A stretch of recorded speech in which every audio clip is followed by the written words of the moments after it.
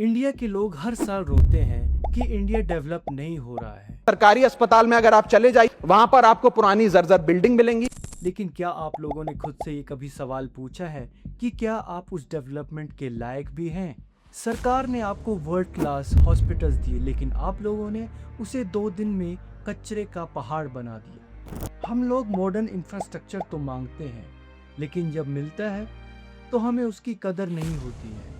इसीलिए हम उसी पुराने इंफ्रास्ट्रक्चर के लायक हैं। प्रॉब्लम सिस्टम में नहीं है, प्रॉब्लम आप लोगों की मेंटेलिटी में है। क्यों हम अपने ही देश की प्रॉपर्टी को दुश्मनों की तरह ट्रीट करते हैं? आखिर क्यों हमें मुफ्त की चीज़ कचरा लगती है? देखिए इन फैसिलिटीज़ को, ये टॉयलेट्स आपके घर के नहीं हैं, इसीलिए आपने इन्हें तोड़ दिया। सिर्फ इसलिए क्योंकि हमें लगता है सरकारी मतलब अपने बाप का माल।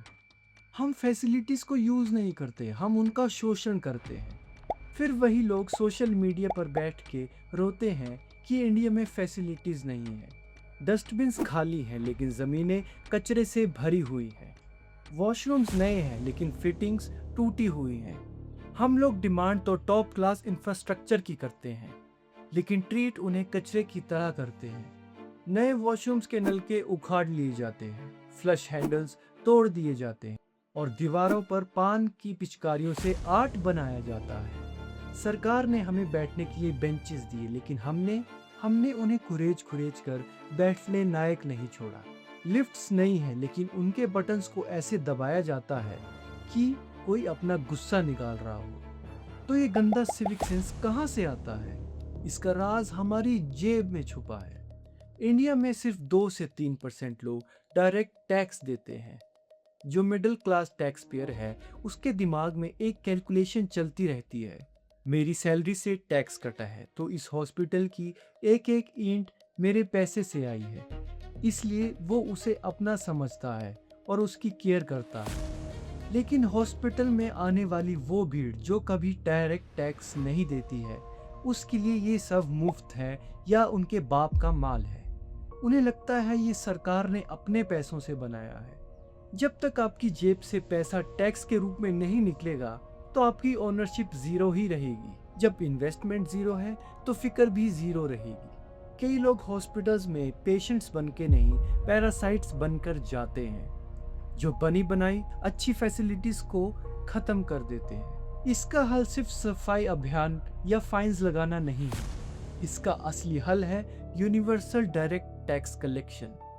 मैं ये कतई ही नहीं कह रहा कि गरीब आदमी लाखों रुपए का टैक्स दे, पर अगर हर नागरिक, चाहे वो कितना ही गरीब है, साल का सिर्फ 100 या 200 रुपए हॉस्पिटल मेंटेनेंस टैक्स के नाम पर दे, तो उसका पूरा माइंडसेट बदल सकता है। जब एक आम आदमी की जेब से 100 रुपया भी निकलेगा मेंटेनेंस फंड के नाम पे, तो वो उस दीवार पर थूकने से पहले 100 बार सोचेगा। वो कहेगा कि ये हमारा हॉस्पिटल है, इसमें मेरा पैसा लगा है, और शायद वो तब किसी और को भी कचरा फेंकने ना दे। डायरेक्ट टैक्स हमें एक फ्रीबी सीकर से बदलकर एक प्राउड स्टेक होल्डर बना सकता है। गवर्नमेंट बिल्डिंग्स बना सकती है, वेंटिलेशन दे सकती है, लेकिन क्लीनिनेस का इंजेक्शन नहीं दे सकती। वो चीज़ तब आपके अंदर आती है जब आपको लगता है कि नुकसान सरकार का नहीं, नुकसान हम लोगों का अपना है। जब तक हम इन हॉस्पिटल्स के स्टेक होल्डर नहीं बनेंगे और सिर्फ रेजिडेंट बनकर रहेंगे, एक ऐसा रेजिडेंट जो अपने ही बच्चों के इलाज की जगह को जला रहा है, अगली बार हॉस्पिटल में कचरा फेंकने से पहले सोचना ज़रूर, क्या आपने इस फैसिलिटी के लिए 1 रुपया भी दिया है? अगर नहीं तो आपको इसे गंदा करने का कोई हक भी नहीं है। सोचिए ज़रूर, क्या आप इस देश के नागरिक हैं या एक पैरासाइट?